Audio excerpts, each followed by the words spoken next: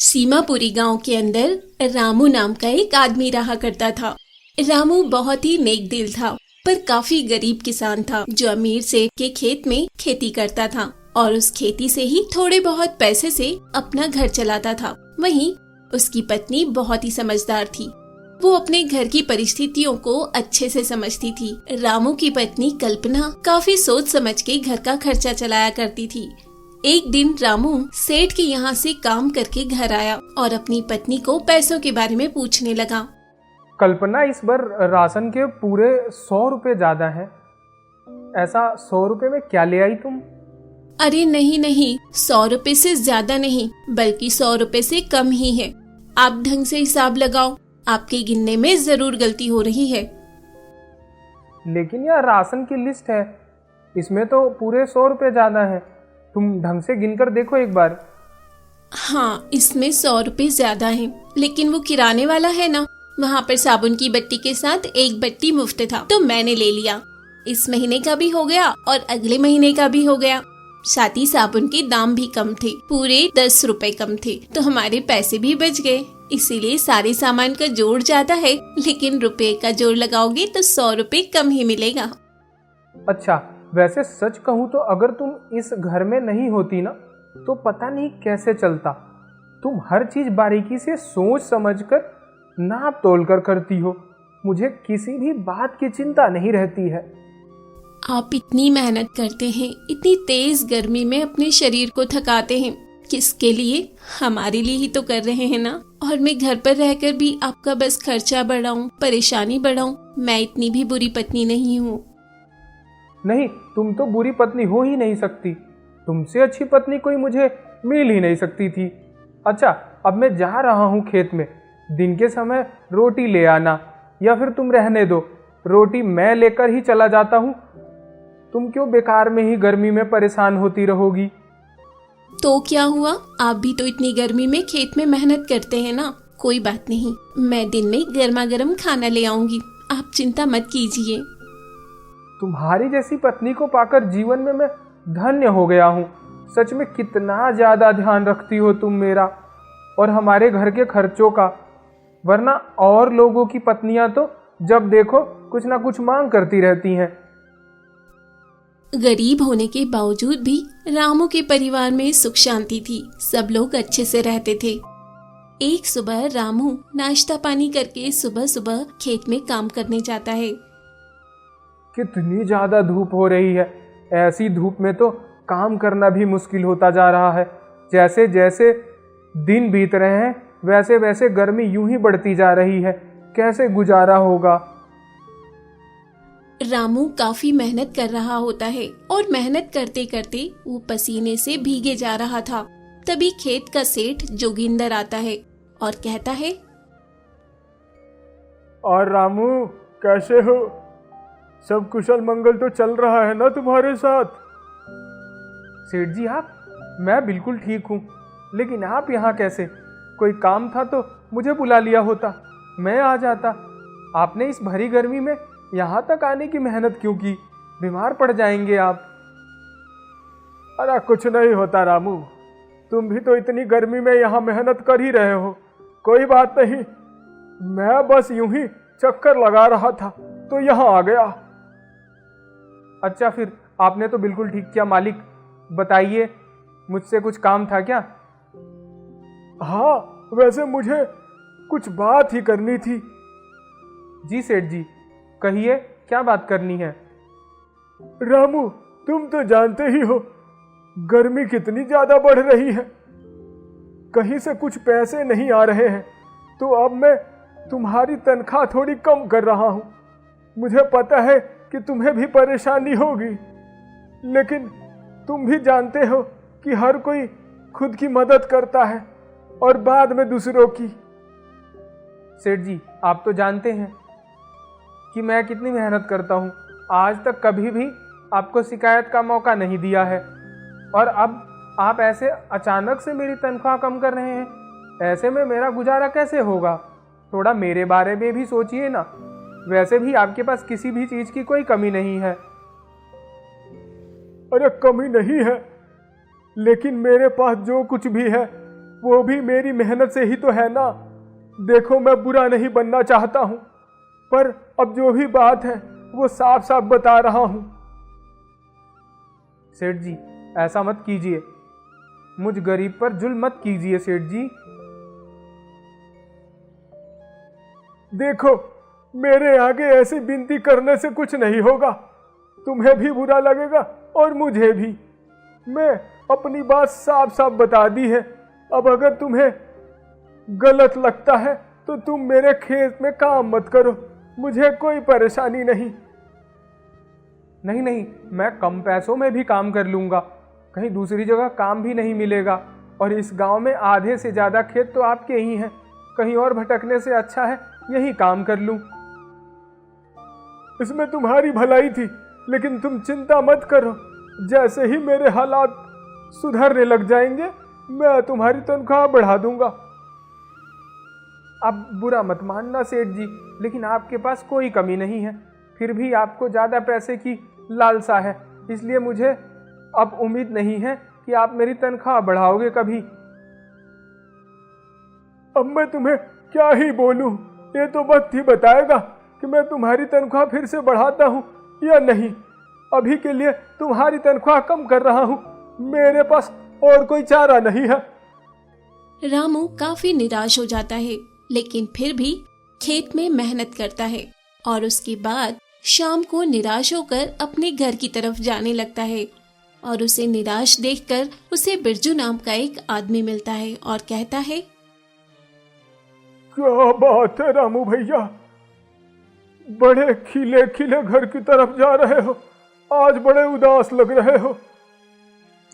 भाई, यह गरीबी और वक्त की मार है, अब इसे कौन बच सकता है। और हम गरीबों को तो हर जगह झुकना ही पड़ता है, वरना पापी पेट को और परिवार को कैसे संभालेंगे। रामू भाई, मुझे तो नहीं पता तुम्हारे साथ क्या हुआ है, लेकिन हौसला रखो, सब कुछ जल्दी ही ठीक हो जाएगा। बिरजू ये बोलता है और वहां से आगे की तरफ निकल जाता है। कई दिन निकल जाते हैं और अब मौसम काफी ज्यादा बदल जाता है। गर्मी काफी बढ़ने लगती है। अब गर्मी का कहर कुछ इस तरह से बरस रहा था कि गरीब उसमें झुलस कर खाक होने लगे थे। उनका बदन लोहे की तरह तप रहा था। सुनिए जी, ये गमछा लीजिए और इसे बार बार गीला करके सर पर रखिएगा। मैंने सत्तू का शरबत भी बनाया है, वो भी पी लीजिए। गर्मी बहुत ज्यादा है, अगर लू लग गई तो आप बीमार हो जाएंगे। शरबत माधव को दे दो, वो बाहर गर्मी में खेलता है और उसकी ज्यादा जरूरत है। मेरा शरीर तो इस गर्मी में तपते तपते अब आदी हो गया है। सुबह शाम खेलता है, उसे क्या जरूरत है। उसे जो भी खिलाना पिलाना होगा मैं घर पर खिला दूंगी, लेकिन आप ये पी लीजिए। आप धूप में मेहनत करते हैं, आपके सहारे ही तो हमारा परिवार चलता है। आपको कुछ हो गया तो? कल्पना, कोई जरूरत नहीं है, तुम लोग पी लेना, मेरा मन कुछ अच्छा नहीं है, मुझे कुछ भी खाया पिया नहीं जाएगा।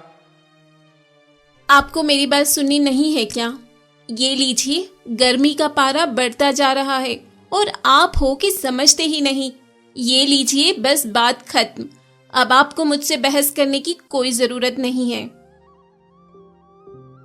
कल्पना उस पर गुस्सा करने लगती है और उसके गुस्से में झलकता हुआ प्यार देखकर रामू के उदास चेहरे पर हल्की सी मुस्कान आ जाती है। जिसके कुछ देर बाद रामू खेत चला जाता है और हल चलाने लगता है। हे भगवान, इतनी ज्यादा थकान हो रही है, थोड़ा पानी पी लेता हूँ। मेरा गला सूखा जा रहा है। आज के दिन तो तापमान भी कुछ ज्यादा ही है। रामू पानी के लिए तड़पता हुआ लड़खड़ाता हुआ कुएं के पास जाता है, लेकिन रामू पानी पीने के लिए कुएं के पास पहुंचता है तो चक्कर खाकर वहीं गिर जाता है और उसे देखकर एक आदमी जोर से आवाज लगाकर कहता है, अरे भाई देखो, रामू को कुछ हो गया। अरे कोई इसकी मदद करो, देखो रामू को क्या हो गया। आसपास के लोग रामू को पेड़ के नीचे लेकर जाते हैं, गमछे से उसे हवा करते हैं और पानी पिलाते हैं। रामू भाई, तुम ठीक हो ना? क्या हो गया? तुम्हारी तबीयत ठीक नहीं है क्या? हाँ, अब ठीक हूँ मैं। दरअसल गर्मी इतनी हो गई है कि चक्कर कैसे आ गया पता ही नहीं चला। पानी पीने के लिए कुएं के पास जा रहा था और गिर गया। ये तो बिल्कुल सही कहा, गर्मी तो वाकई बहुत ज्यादा हो रही है। अभी तो दिन का ही समय है, अभी खेत में काम करना बहुत ही मुश्किल होगा। अभी घर चले जाओ, शाम को आ जाना। नहीं, अभी तो बहुत काम है, अभी मैं घर नहीं जा सकता। अगर मैं घर चला गया तो ये सारा काम कौन करेगा? ओ भाई, कैसी बात कर रहे हो? जहान है तो जहान है। चलो मैं घर छोड़ देता हूँ, शाम को आ जाना या कल सुबह जल्दी आ जाना। अगर तुम्हें कुछ हो गया तो तुम्हारे परिवार के बारे में, उसके बारे में भी तो सोचा करो। काम तो तुम कल भी आकर कर सकते हो, लेकिन अपनी जान और अपने सेहत का ध्यान रखो। इसके बाद में वो आदमी अब रामू को सहारा देकर घर लेकर आता है और छोड़ देता है। रामू घर आता है और सो जाता है। रामू ने कुछ भी नहीं खाया था। जैसे ही शाम होती है, शाम के समय रामू को काफी उल्टियां होने लगती है और भूखे पेट उल्टियां करने से उसका शरीर और भी अधमरा-सा हो जाता है। हे भगवान, ये आपको क्या हो रहा है? आपकी तो काफी ज्यादा तबीयत खराब हो गई। मैंने बोला था कि अपनी सेहत का ध्यान रखो। जरूर आपको लू लग गई होगी, कितनी बार समझाया है। अरे कुछ नहीं हुआ, ज्यादा बस धूप लग गई थी। थोड़ी देर आराम कर लूंगा तो ठीक हो जाऊंगा। इतनी गर्मियां हो रही है कि धूप कैसे ना लगती। आप छोटे बच्चे नहीं हैं। आपके सहारे ही तो हमारा परिवार चलता है। आपको खुद का ध्यान रखना चाहिए। कितनी बार बोलूं आपको ये बात? कल्पना, तू मेरी बेकार में ही चिंता कर रही हो। अब तो मेरी तबीयत ठीक है, अब मैं ठीक हूँ। अगली सुबह रामू की और भी ज्यादा तबीयत खराब हो जाती है और कल्पना को उसकी चिंता सताने लगती है। रामू को बाहर जाते देखकर कल्पना उसे टोकती है। अरे आप कहाँ जा रहे हो? आपकी तबीयत खराब है, आप घर पर ही आराम करो। कम से कम आज के लिए तो आपको कहीं भी जाने की जरूरत नहीं है। कल्पना, अगर मैं घर पर आराम करूंगा तो खेत में काम कौन करेगा? इसलिए मुझे जाने दो, मैं काम करूंगा और जल्द ही वापस आ जाऊंगा। आज मैं चली जाती हूँ, आप घर पर ही रहो। अरे आपसे ही तो हमारा सब है, अगर आपको कुछ हो गया तो हमारा क्या होगा?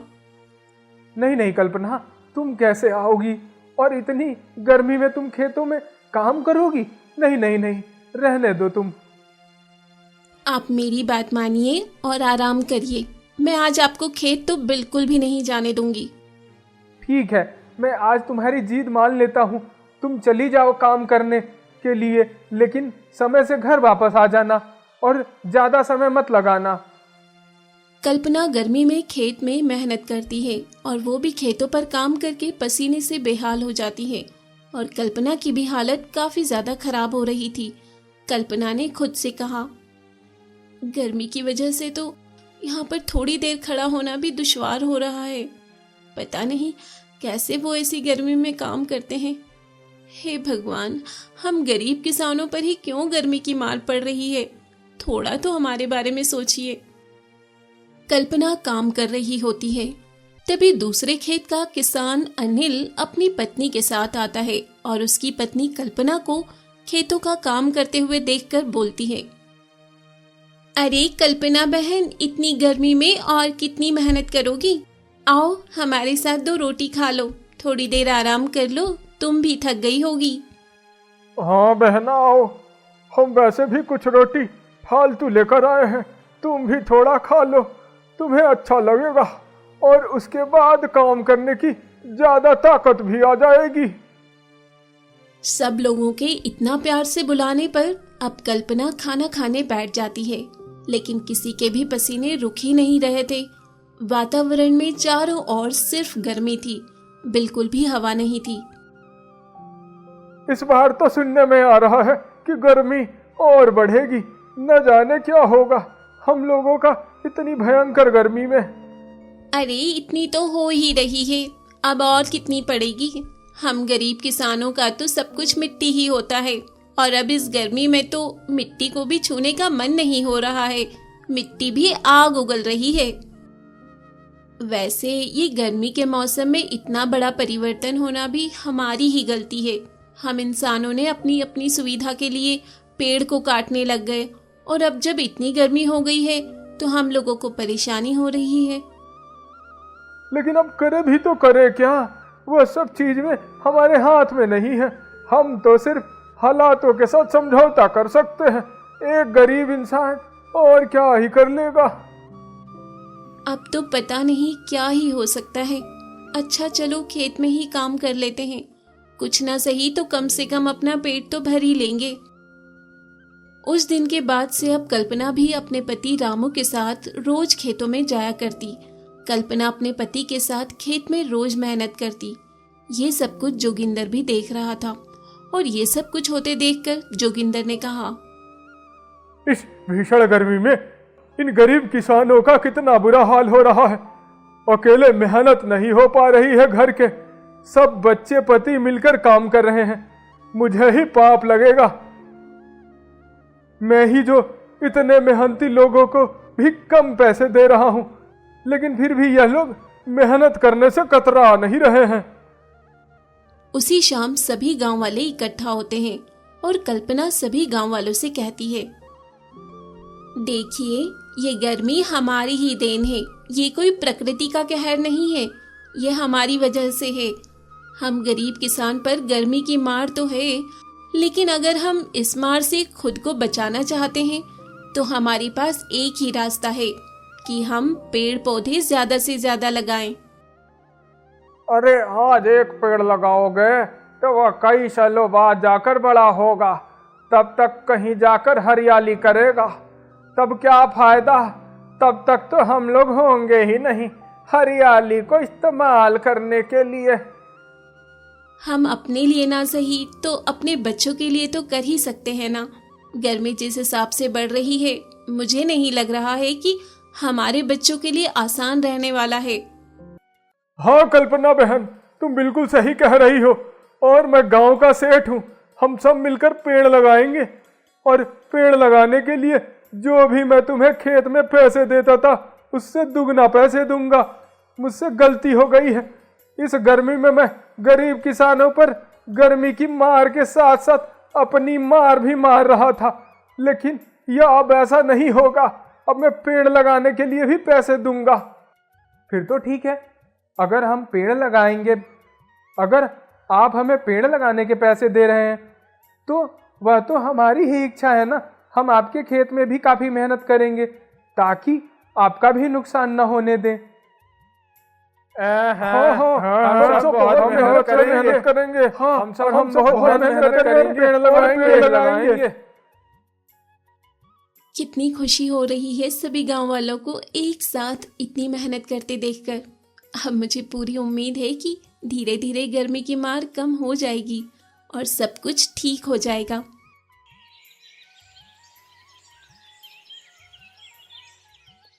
सब गांव वाले एक साथ मिलकर गांव में काफी सारे पेड़ लगाते हैं और इससे उन सभी के बीच में भाईचारा भी बढ़ जाता है। यहाँ तक कि गांव के बाहर भी कई पौधे लगाते हैं। गांव के छोटे छोटे बच्चे खेलते हुए उन पौधों में पानी डालते हैं और उनका ख्याल रखते हैं और लोगों को पेड़ लगाने के बारे में जागरूक भी करते हैं ताकि बदलते पर्यावरण और प्रकृति को नष्ट होने से बचा सके और गरीब किसान गर्मी की मार को कम कर सकें। इस तरह सब लोगों के द्वारा उठाए गए इस कदम से कुछ सालों के बाद ही सही, लेकिन गरीबों को गर्मी की मार से छुटकारा मिलता है।